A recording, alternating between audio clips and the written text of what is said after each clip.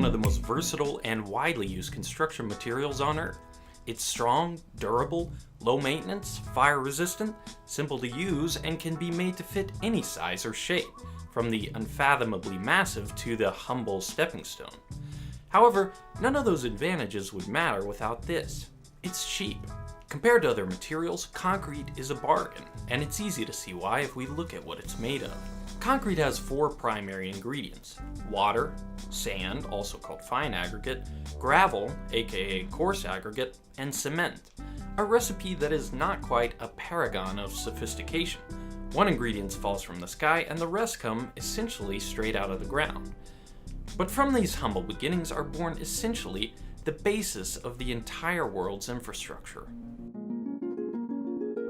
Actually, of the 4, cement is the only ingredient in concrete with any complexity at all. The most common type used in concrete is known as Portland cement.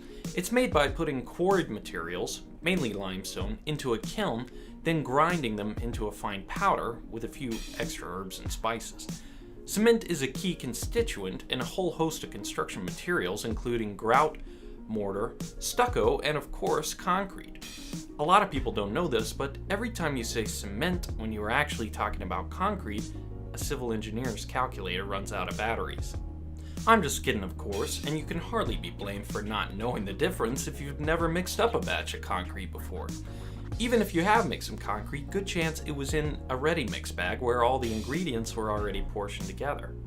But each ingredient in concrete has a specific role to play, and cement's role is to turn the concrete from a liquid to a solid. Portland cement cures not through drying or evaporation of the water, but through a chemical reaction called hydration. The water actually becomes a part of the cured concrete. This is why you shouldn't let concrete dry out while it's curing. Lack of water can prematurely stop the hydration process, preventing the concrete from reaching its full strength. In fact, as long as you avoid washing out the cement, concrete made with Portland cement can be placed and cured completely underwater. It will set and harden just as well, and maybe even better, as if it were placed in the dry. But you may be wondering, if water plus cement equals hard, what's the need for the aggregate?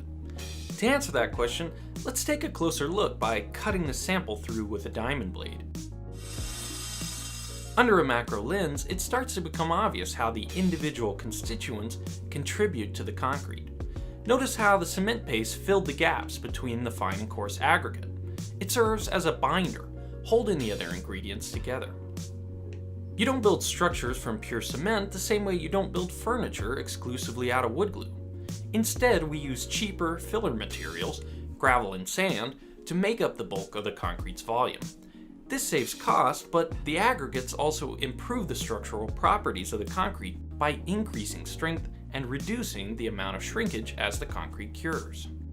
The reason that civil engineers and concrete professionals need to be pedantic about the difference between cement and concrete is this.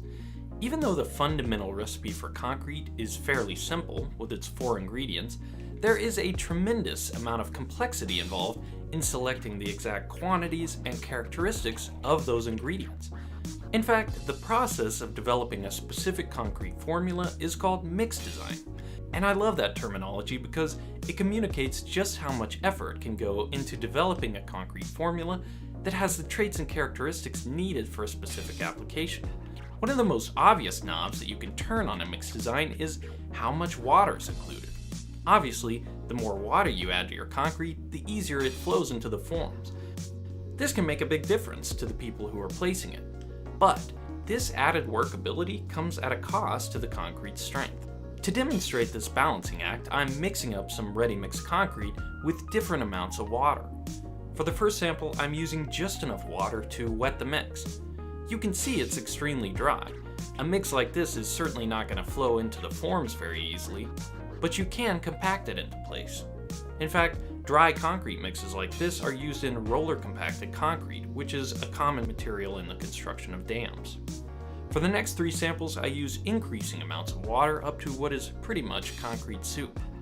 After the concrete has had a week to cure, I cut the samples out of the molds. It's time to see how strong they are. This is actually more or less how concrete is tested for compressive strength in construction projects. Obviously, I'm not running a testing lab here in my garage, but I think this will give us good enough results to illustrate how water content affects concrete strength. Plus, these cylinders look like they might attack at any time, and we need to deal with them.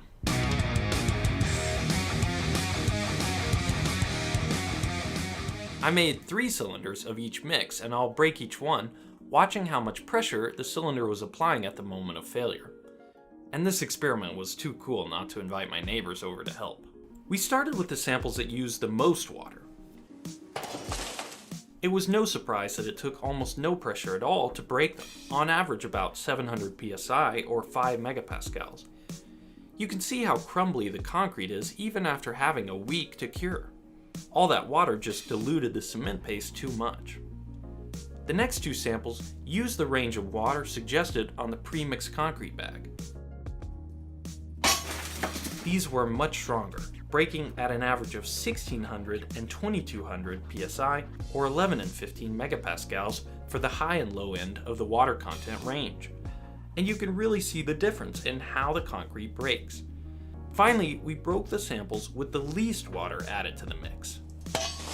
You can see how rough these samples were because there wasn't enough water for the concrete to flow smoothly into the molds.